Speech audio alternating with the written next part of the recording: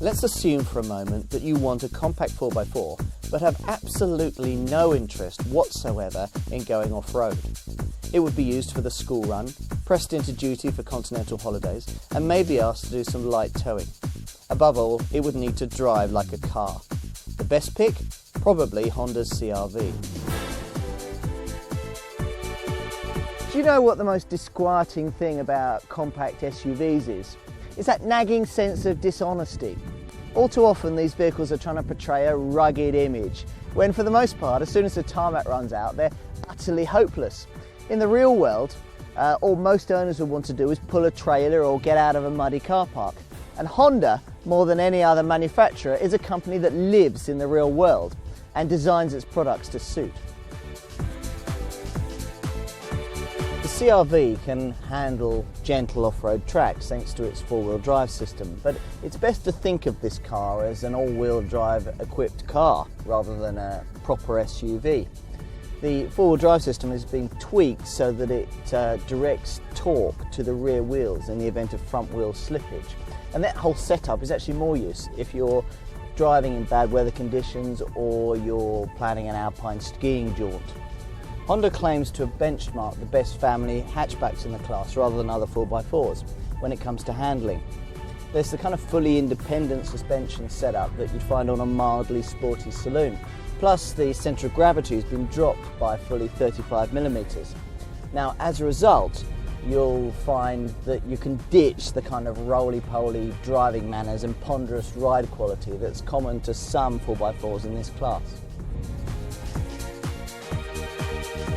The rear seats split 60-40 at the base and 40-20-40 at the back.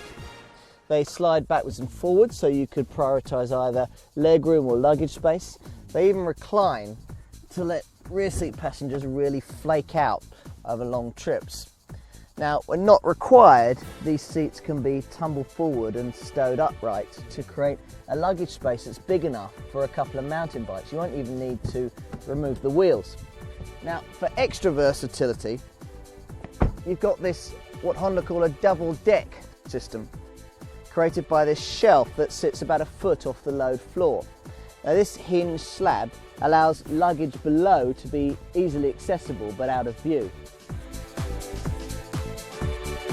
Prices start at just under 20,000, rising up to around 25,000. In other words, the same kind of bracket that you find obvious rivals like Toyota's RAV4 and Land Rover's Freelander 2. Now engines, there are two main ones. There's a petrol 2-litre unit, that's a development of the 1.8 litre VTEC engine that you find in the Civic, in this case pumped out to 150 brake horsepower. It's respectably quick on paper, making 60 from rest in 9.9 seconds, but the rather modest 190 Newton-meters of torque might mean that when you're stuffed with people and luggage, your thoughts might turn to the diesel engine. Now, this is the celebrated ICTDI diesel, a 2-litre engine developing 150 brake horsepower, but generously stuffed with 340 Newton-meters of torque. Now, what that means is if you're thinking of towing something, look no further. Now, equipment levels are generous with features like an 8-way powered driver's seat, leather upholstery, front and rear parking sensors, and a rear view parking camera offered according to trim level. The Honda CR-V benefits from some of the highest residual values of any compact 4x4. Now take the 2.2i CTDI SE model, the diesel that I'm driving here. It retains 57% of its value after 3 years. Now compare that to 50% for an equivalent Nissan X-Trail, 52% for a Toyota RAV4, or 56% for a BMW X3 2-litre DSE. The only car really to get close to the Honda in this respect is Land Rover's Freelander, a car that works out very similarly in terms of pence per mile. If you want to go off-road, go for the Land Rover. If you want to go on-road, go for the Honda. Some choices really are as simple as that. The diesel returns a combined fuel economy figure of 43.5 miles to the gallon. But don't overlook the 2-litre petrol, which returns 34.9 miles to the gallon, and which, due to a cheaper purchase price and lower servicing costs, doesn't really end up costing anything more to own over a typical 3-year ownership period. All CRVs fall into insurance group 12, and emissions, well, 167 grams per kilometre for the diesel and 177 grams per kilometre for the petrol.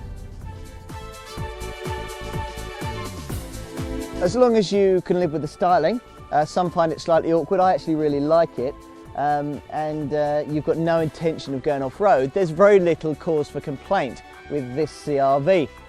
Okay, the engine range could be slightly wider, the prices are a tad lower, but we're really scraping around now. It remains a car that's brilliant to drive, has two great engines, neat and unfussy interior styling, and does very well in reliability surveys. Small wonder that this CRV excels when it comes to customer satisfaction programs. The question remains as to whether buying a road-orientated 4x4 like the CRV makes more sense than buying something like a Honda Accord Tourer, a vehicle that drives better, is quicker, more economical and holds more gear. That's your call. If you can make a case for the CRV, you're unlikely to be disappointed.